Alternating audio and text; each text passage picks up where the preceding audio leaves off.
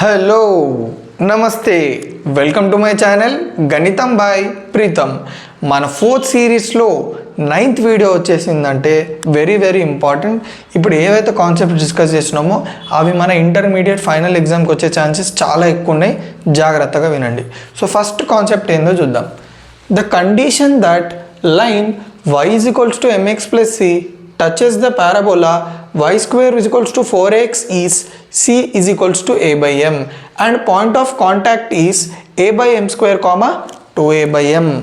For point of time నేను ఏంటంటే ఈ రెండు తీసేస్తున్నా. ఓకే, మనకు ఆన్సర్ ఉంటే మనం ఇంకా ప్రూఫ్ చూడం కాబట్టి నేను ఆన్సర్ తీసేస్తున్నా. The condition that line y is equals to mx plus c touches the parabola y square is equals to 4x is what and point of contact is what. ఏమంటున్నాడు, line y is equals to mx plus c అనేది parabola y square is equals to 4xకి tangent అవ్వాలంటే condition ఏంది అని అడుగుతున్నాడు. Once ఆ condition వచ్చిన తర్వాత పాయింట్ ఆఫ్ కాంటాక్ట్ ఎక్కడ అని అడుగుతుండు. సో ఇక్కడ పాయింట్ ఆఫ్ కాంటాక్ట్ అంటే ఏంది, ఈ y is equals to mx plus c అనేది మన టాంజెంట్ని ఎక్కడైతే టచ్ అవుతుందో ఆ పాయింట్ యొక్క కోఆర్డినేట్స్ అడుగుతుండు మనల్ని. Okay, yes. సో ఇప్పుడు మనం ఎట్లా కనుక్కుంటాము, కండిషన్ ఎట్లా కనుక్కుంటాము అండ్ పాయింట్ ఆఫ్ కాంటాక్ట్ ఎట్లా కనుక్కుంటామో చూద్దాం. Suppose y is equals to mx plus c is tangent to y square is equals to 4x at p x1 y1 అనుకుందాం.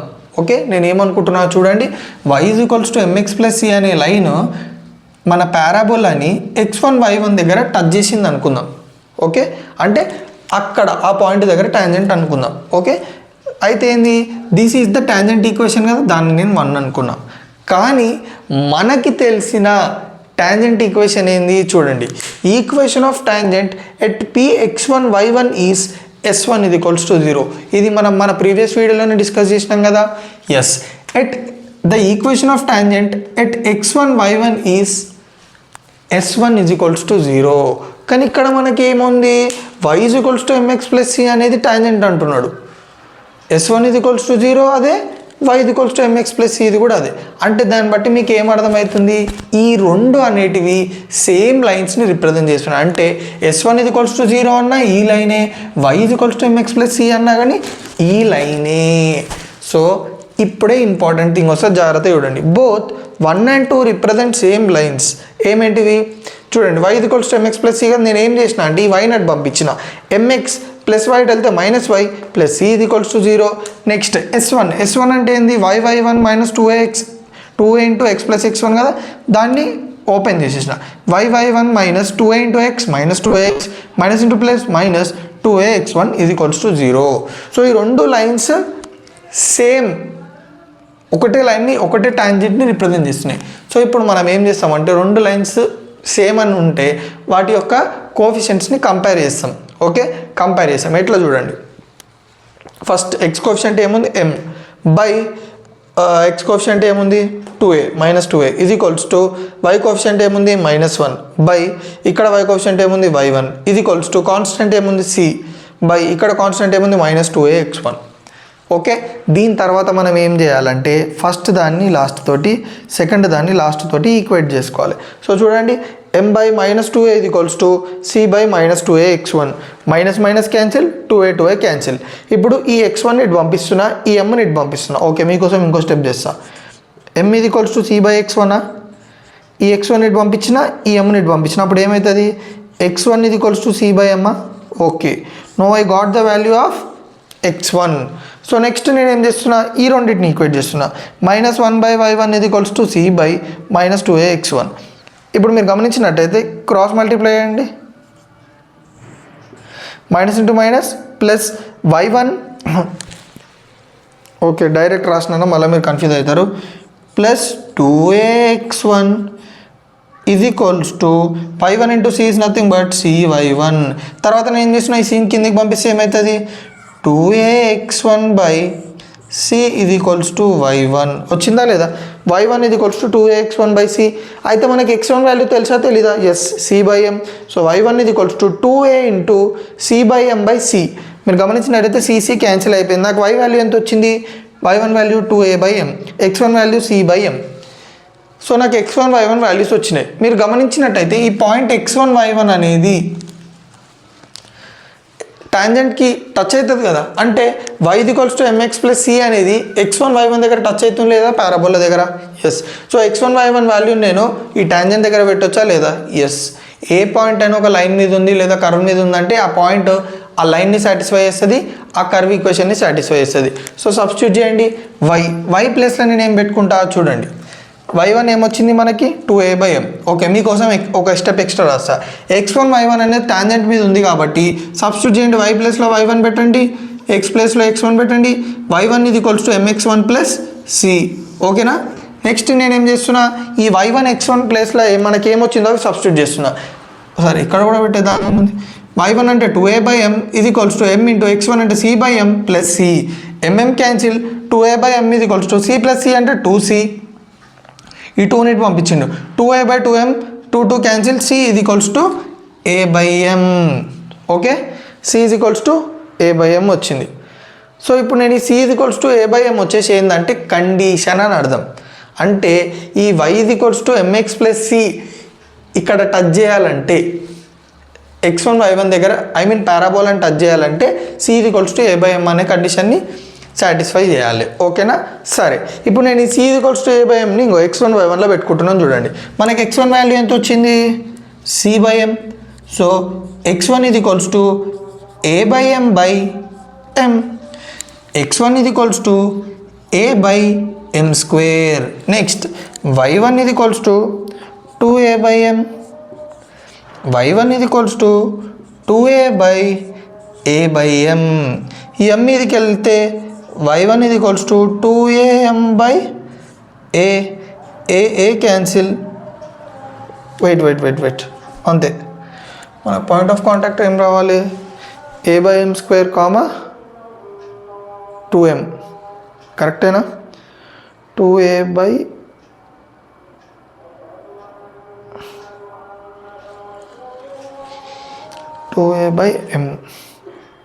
ఓకే, యాక్చువల్గా ఇక్కడ మనకి సి వాల్యూ లేనప్పుడు మళ్ళీ మనం ఎందుకు సబ్స్టిట్యూట్ చేస్తాం? అసలు సిఏ లేదు. ఎక్స్ట్రీమ్లీ సారీ, ఇక్కడ మనకి సి వాల్యూ లేనే లేదు y1లో. So there is no need to substitute. y1 is nothing but 2a/m. So what is the point of contact చెప్పండి? పాయింట్ ఆఫ్ కాంటాక్ట్ ఏం చెప్పండి? a/m², 2a/m. What is the condition? c = a/m. అంటే y = mx + c అనే ఒక line పారాబోలాకి tangent అవ్వాలంటే it should satisfy the condition c = a/m. And ఒకవేళ tangent అయిందంటే డెఫినెట్గా సర్కిల్ని ఒక పాయింట్ దగ్గర టచ్ చేస్తుంది కదా, ఆ టచ్ అయిన పాయింట్నే మనం పాయింట్ ఆఫ్ కాంటాక్ట్ అంటాం. ఆ పాయింట్ ఆఫ్ కాంటాక్ట్ యొక్క కోఆర్డినేట్స్ ఏంది? a/m², 2a/m. సో క్లియర్గా అర్థమైందా? సో ఇప్పుడు మనము సేమ్ అట్లాంటిది కొంచెం డిఫరెంట్ ఏంటంటే the condition that line lx + my + n = 0 touches parabola y² 4x is.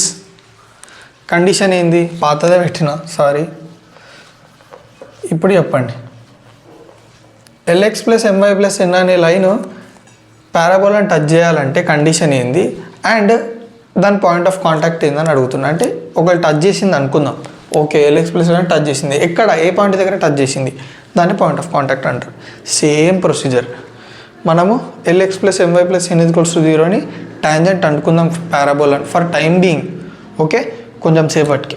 Okay, ఎక్కడ? px1 y1 దగ్గర, ఎగ్జాక్ట్ ఈ పాయింట్ దగ్గర ఇది టాంజెంట్ అనుకుందాం పారాబోలాకి. సరే, అయితే మనకు తెలిసింది ఏంది? ఒక పారాబోలాకి టాంజెంట్ ఈక్వేషన్ ఏంది? At a particular point s1 = 0 which is nothing but y1 - 2a × x + x1 = 0. అంటే మొత్తం మీద ఏమంటున్నాడు? px1 y1 దగ్గర ఇది ఈక్వేషన్ ఆఫ్ టాంజెంటే, px1 y1 దగ్గర ఇది కూడా ఈక్వేషన్ ఆఫ్ టాంజెంటే. అది ఎట్లయితుంది? రెండు డిఫరెంట్ లైన్స్ ఉండొచ్చా? ఒకటే టాంజెంట్, ఒక పాయింట్కి ఒకటే టాంజెంట్ గీయొచ్చు. ఓకే, పారాబోలా మీద ఒక పాయింట్కి ఒకటే టాంజెంట్ గీయొచ్చు. అంటే దీని అర్థం ఏంది? ఈ రెండు లైన్స్ సేమ్ అయ్యి ఉండాలి, డిఫరెంట్ అయితే ఇట్ కెనాట్ బి. సి, ఇది పారాబోలా మీద ఒక పాయింట్, ఒకటే ట్యాంజెంట్ వస్తుంది, ఇంకో ట్యాంజెంట్ ఇట్లా మధ్యలోకించి రాదు. అయితే దీన్ని బట్టి మీకు ఏమర్థమైంది, ఈ రెండు ఈక్వేషన్స్ ఒకటే లైన్ని రిప్రజెంట్ చేస్తున్నాయి, సేమ్ కానీ డిఫరెంట్ ఫార్మ్స్ అంతే. సో మనం ఏం చేస్తున్నామంటే ఈ రెండు సేమ్ రిప్రజెంట్ చేస్తున్నాయి కాబట్టి both 1 and 2 represent same lines. మనం ఏం చేస్తున్నామంటే ఇందులో ఉన్న కోఎఫిషియెంట్స్ని కాన్స్టెంట్స్ని కంపేర్ చేస్తున్నాం. సో కంపేర్ చేయండి. ఎక్స్ కోఎఫిషియంట్ ఏంది ఎల్ బై ఇక్కడ ఎక్స్ కోఎఫిషియంట్ -2a ఇది ఈక్వల్స్ టు వై కోఎఫిషియంట్ ఏంది m బై ఇక్కడ వై కోఎఫిషియంట్ ఏముంది y1 ఇది ఈక్వల్స్ టు కాన్స్టెంట్ ఏముంది n బై ఇక్కడ కాన్స్టెంట్ ఏంది -2a x1. సో మీరు గమనించినట్టయితే నేను ఏం చేస్తున్నా, ఫస్ట్ దాన్ని లాస్ట్ దాన్ని ఈక్వేట్ చేసిన, సెకండ్ దాన్ని థర్డ్ దాన్ని కూడా ఈక్వేట్ చేసిన. సో ఎల్ బై -2a ఇది equals to n by 2a x1 m by y1 ఇది equals to n by -2a x1. Solve చేయండి. 2a క్యాన్సిల్, మైనస్ క్యాన్సిల్, ఈ x1 ఇటు పంపిస్తే l ఇంటూ x1 ఇది ఈక్వల్స్ టు n, x1 ఇది equals to l ఇటు కిందికి వస్తే n by l. So x1 ఇది equals to n by l, రైటా? Clear. Next m by y1 ఇది equals to n by -2a x1. So ఈ -2a x1 ఇటు వస్తే -2a x1 ఇంటూ m ఇది equals to n into y1. తర్వాత మీరు గమనించినట్టయితే ఇక్కడ x1 ఉందా, x1 ప్లేస్లో n బై l పెట్టండి, -2am into n by l by n is equals to y1. n cancel అయిపోతే -2am by l which is nothing but y1. అంటే మొత్తం మీద మనము ఈ పాయింట్ ఆఫ్ కాంటాక్ట్ కనుక్కున్నాం. పాయింట్ ఆఫ్ కాంటాక్ట్ ఏం చెప్పండి, n బై l అంట, -2am బై l. సరే, పాయింట్ ఆఫ్ కాంటాక్ట్ అనుకున్నాం. కండిషన్ ఏంటంటే సింపుల్. ఇప్పుడు మనకు వచ్చిన పాయింట్ ఉందా, మీరు గమనించినట్టయితే ఈ x1 y1 అనే పాయింట్ దేని మీద ఉంది, టాంజెంట్ మీద ఉందా లేదా? That means it satisfies the tangent equation. So x1 y1 tangent మీద ఉంది కాబట్టి ఇందులో సబ్స్టిట్యూట్ చేయండి. lx1 plus m by 1 plus n is equals to 0. మనకు ఆల్రెడీ x1 y1 వాల్యూస్ తెలుసుగా, సబ్స్టిట్యూట్ చేయండి. l into n by l plus m into -2am by l plus n is equals to 0. ll cancel, n plus m into -2am square by l plus n. LCM చేయండి, l into n ln, l into n ln, 2l nl plus nl 2nl minus 2am square is equal by l is equals to 0. l పంపిస్తే 0. 2nl minus 2am square is equals to 0. ఈ -2am square పంపిస్తే plus 2am square, 2nl is equals to 2am square, 2 cancel, nl is equals to am square. So this is the condition for lx plus my plus n is equals to 0 to be tangent to parabola y square is equals to 4ax, and point of contact is n by l comma -2am by l. nl is equals to am square. So this is the condition. So clear అర్థమైనా? వీటి మీద పక్కా question వస్తుంది మనకి ఎగ్జామ్లో, ఓకేనా? So ఇందాక మనము line y is equals to mx plus c పారాబోలాకి టాంజెంట్ అవ్వాలంటే conditions, and line lx plus my plus n is equals to 0 పారాబోలాకి టాంజెంట్ అవ్వాలంటే కండిషన్. ఈ రెండింటి గురించి డీటెయిల్గా డిస్కస్ చేసినాము. ఇప్పుడు ఏం డిస్కస్ చేస్తామంటే position of the point and ఒక ఇంపార్టెంట్ కాన్సెప్ట్ ఏంటంటే ఎక్స్టర్నల్ పాయింట్ నుంచి మనం పారాబోలాకి ఎన్ని టాంజెంట్స్ డ్రా చేయొచ్చు అనే కాన్సెప్ట్ మీద డీటెయిల్గా డిస్కస్ చేద్దాం. సో ఫస్ట్ కాన్సెప్ట్ వచ్చేసి ఏంది, పొజిషన్ ఆఫ్ ఏ పాయింట్. అంటే ఇప్పుడు విత్ రెస్పెక్ట్ టు పారాబోలా ఒక పాయింట్ అనేది ఎట్లా లొకేట్ అయిందో తెలుసుకోవడమే పొజిషన్ ఆఫ్ పాయింట్ అంటే.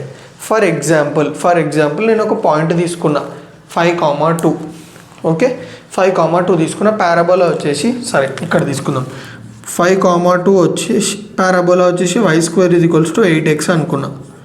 ఓకే, ఇప్పుడు విత్ రెస్పెక్ట్ టు ఈ పారాబోలా 5,2 అనేది బయట ఉందా చూడండి, ఈ పాయింట్ లెక్క బయట ఉందా ఈ పారాబోలాకి, లేదా పారాబోలాకి లోపల ఉందా, లేదా పారాబోలా మీద ఉందా అని మనము తెలుసుకోవడమే పొజిషన్ ఆఫ్ ద పాయింట్ అంటాం. ఓకేనా? సో ఇప్పుడు ఈ 5,2 అనే point with respect to parabola ఎక్కడ ఉందో తెలుసుకోవాలి. ఏ ఫార్ములా వాడతామంటే S11. సో S11 ఫార్మాట్ తెలుసు కదా. S11 అంటే ఏంది, y1 స్క్వేర్ మైనస్ 4ax1 కదా.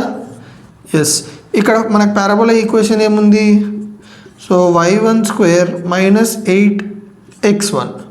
సో S11 ఇది ఈక్వల్స్ టు సబ్స్టిట్యూట్ చేయండి, 2 స్క్వేర్ మైనస్ 8 ఇంటూ 5. S11 ఇది ఈక్వల్స్ టు 2 స్క్వేర్ అంటే 4 మైనస్ 8 5 40. S11 ఇది ఈక్వల్స్ టు -36. సో మనకి S11 వాల్యూ ఏమొచ్చింది, -36. సో ఇప్పుడు ఈ S11 వాల్యూని బేస్ చేసుకొని మనము ఆ పాయింట్ అనేది పారాబోలా బయట ఉందా లోపల ఉందా మీద ఉందా తెలుస్తుంది. For example S11 point greater than S11 value greater than 0 వచ్చిందనుకో పాయింట్ బయట ఉంటుంది with respect to parabola. S11 less than 0 వచ్చిందనుకో పాయింట్ లోపల ఉంటుంది with respect to parabola. S11 is equals to 0 వచ్చిందనుకో పాయింట్ అనేది పారాబోలా కర్వ్ మీద ఉంటుంది. సో ఇక్కడ మీరు చూసుకున్నట్టయితే మనము తీసుకున్న ప్రాబ్లంలో 5,2ని S11లో సబ్స్టిట్యూట్ చేస్తే మనకి ఏమొచ్చింది -36. అంటే S11 లెస్ దాన్ 0 కదా for this point. That means 5,2 lies inside the parabola. So ఈ విధంగా మనము ఒక పాయింట్ ఇస్తే ఆ పాయింట్ అనేది విత్ రెస్పెక్ట్ టు పారాబోలా ఎక్కడ అంటే ఏ పొజిషన్లో ఉందో తెలుసుకుంటాం. ఎక్స్టర్నలా ఇంటర్నలా ఆన్ ద పారాబోలానా అని. సో ఇది క్లియర్గా అయిపోయింది. ఇప్పుడు మీకు క్లియర్ ఉంది కదా రైట్. సో ఇప్పుడు చూడండి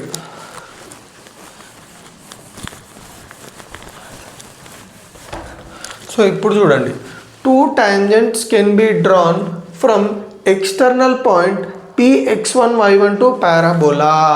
ఏమంటున్నాడు 2 tangents డ్రా చేయొచ్చంట.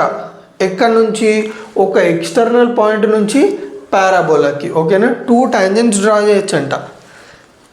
ఎట్లా 3 కూడా డ్రా చేయొచ్చేమో 4 కూడా డ్రా చేయొచ్చేమో ఎందుకు 2 డ్రా చేయొచ్చు అని అంటున్నాడు.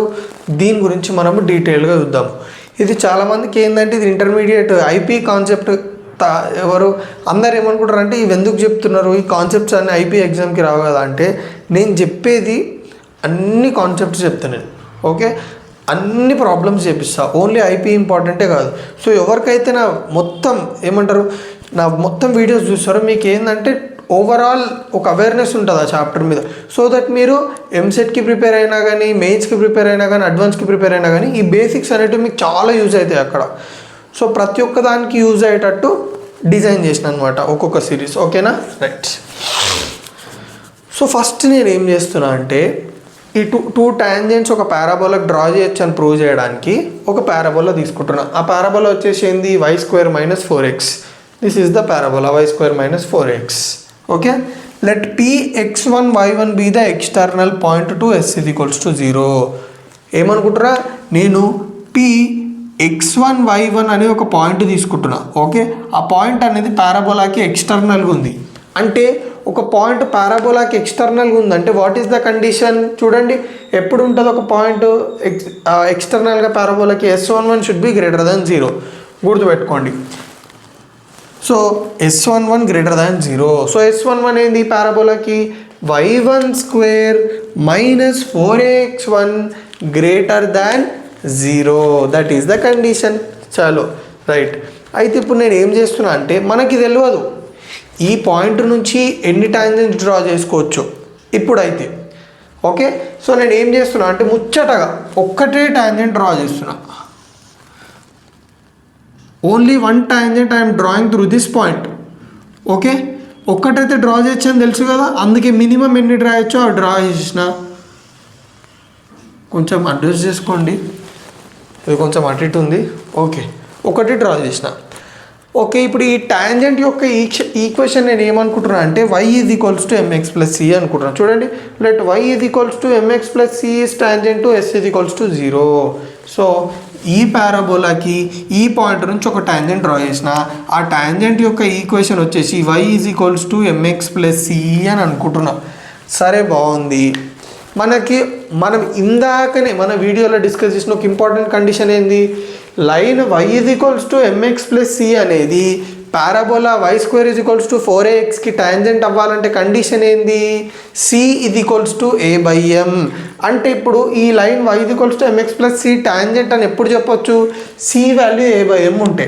సో నేను ఏం చేస్తున్నా ఆ c = a/m అనే కండిషన్ని వాడుతున్నా. ఎందుకంటే ఇది y = mx + c అనేది టాంజెంట్ కాబట్టి. సో y = mx + c ప్లేస్లో a/m. సో y సాల్వ్ చేయండి m × m m²x + a/m. ఈ m నటు పంపిస్తే మల్టిప్లికేషన్ my m²x + a. తర్వాత ఈ my నటు పంపిస్తే m²x - my + a = 0. సో మనం మొత్తానికి ఈ పర్టికులర్ ఏమంటారు లైన్ ఈక్వేషన్ అని సాల్వ్ చేస్తే మనకి ఏమొచ్చింది, we got a quadratic equation in terms of m. అయితే ఇక్కడనే వెరీ వెరీ ఇంపార్టెంట్, ఈ ఎక్స్ప్లెనేషన్ చాలా జాగ్రత్తగా వినండి. ఎం అంటే ఏంది, ఇక్కడ చాలామందికి డౌట్. ఎం అంటే ఏంది చెప్పండి ఈ లైన్ ఈక్వేషన్లో?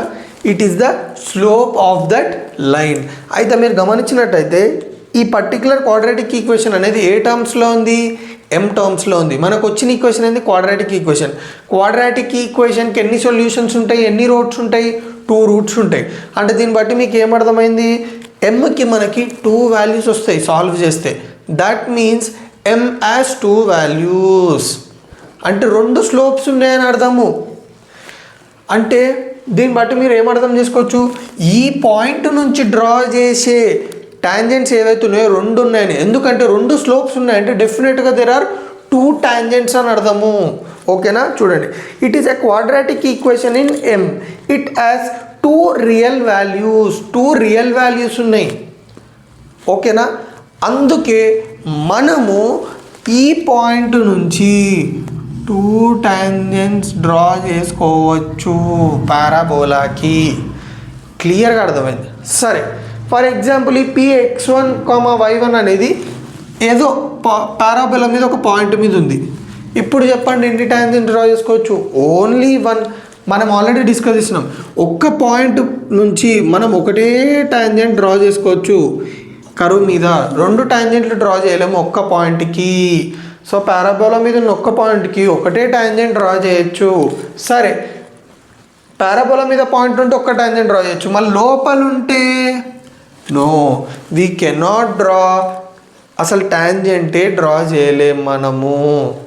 ఓకే, లోపల ఉన్న పాయింట్కి మనం టాంజెంట్ డ్రా చేయలేము. సో మొత్తానికి మీకు క్లియర్గా అర్థమైందా? ఎక్స్టర్నల్ పాయింట్ నుంచి పారాబోలాకి 2 టాంజెంట్స్ డ్రా చేయొచ్చు. పారాబోలా మీద ఉన్న పాయింట్ నుంచి ఒక్క టాంజెంట్, పారాబోలా లోపల ఉన్న దాని నుంచి 0 టాంజెంట్స్. సో క్లియర్గా అర్థమైందా? ఓకేనా?